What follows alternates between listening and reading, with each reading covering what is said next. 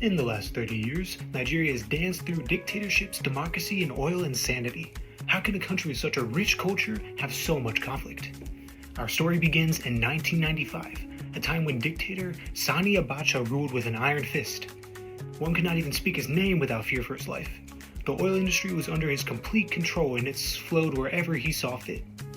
Fast forward to 1998 when Abacha dies abruptly. Official report, heart attack. Unofficial report, drank poisoned apple juice while hanging with a bunch of prostitutes. This is when the country turned a new leaf and tried their hand at democracy under the leadership of Obasanjo in 1999. He brought mobile phones, hopes of reform, and as well as a suspiciously dictator-like ideas such as extending his own term limit. During his presidency, oil was able to be privatized and foreign investment was introduced. In protest, armed militant groups began attacking the oil lines. The government considered amnesty as a way to appease these groups. In 2007, Umaru Yar'Adua wins the election. He attempts to establish peace in the Niger Delta, as well as fight the widespread systematic corruption in the government. But his constant health issues called into question whether he was even fit to lead. In 2010, Yar'Adua transfers power to a man by the name of Goodluck Jonathan. He promises transformation, but what he delivers? Twitter freedom, Boko Haram, and fuel subsidy riots. In 2015, Buhari steps into power, who previously led as a military head of state back in 1983. Under his presidency in 2020, a digital uprising happens. #EndSARS is a youth-led protest against police brutality that transforms into something bigger, a cry for dignity. The response? Denials, curfews, and gunshots at the toll gate.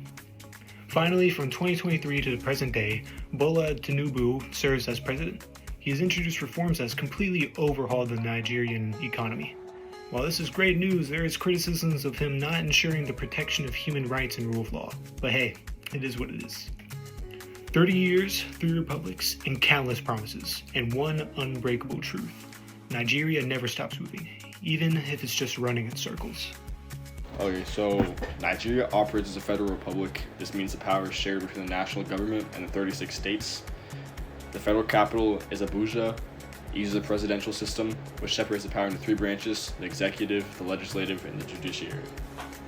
At the top of the executive is the president. The president serves both the head of state and the head of government. They're elected every 4 years, with a maximum of 2 terms.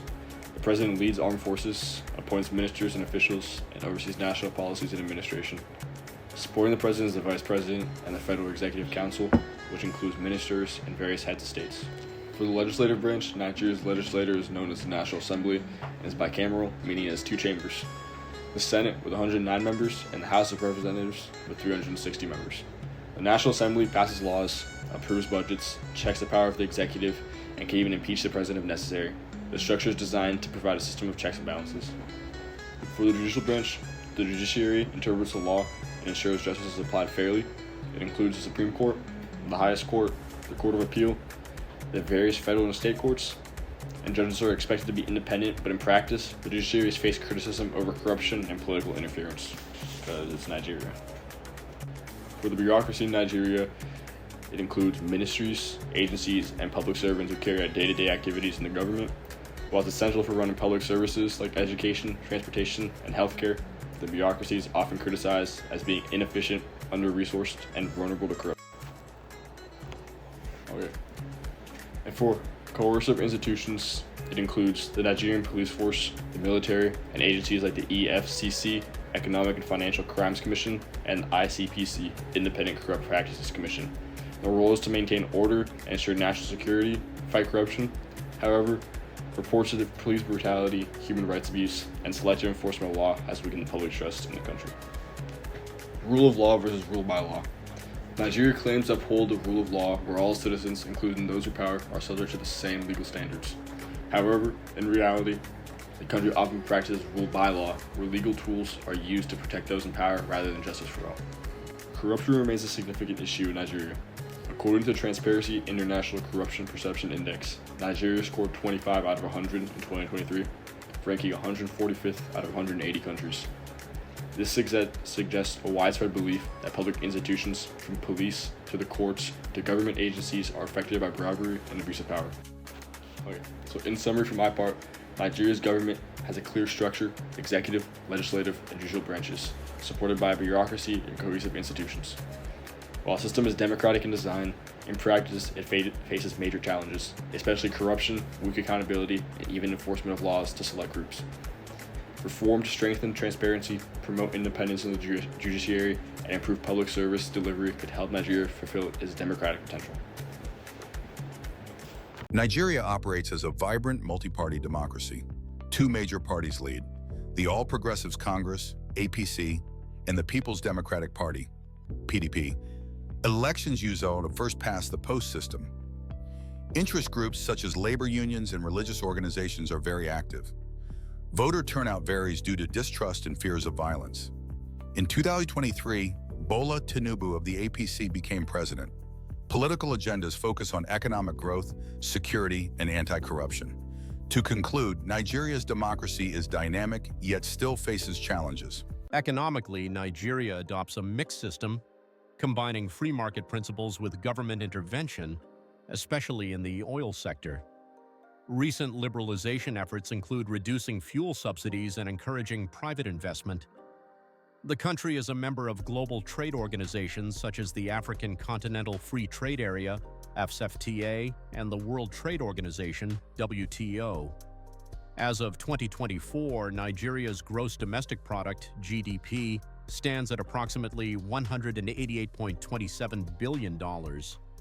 The GDP per capita is around $1,621. The Gini index, measuring income inequality, is 35.1, indicating a significant disparity between the nation's wealthiest and poorest citizens. Here's Nigeria's report on civil society and social cleavages. Nigeria's civil society is dynamic, with numerous organizations advocating for human rights, democracy, and social justice.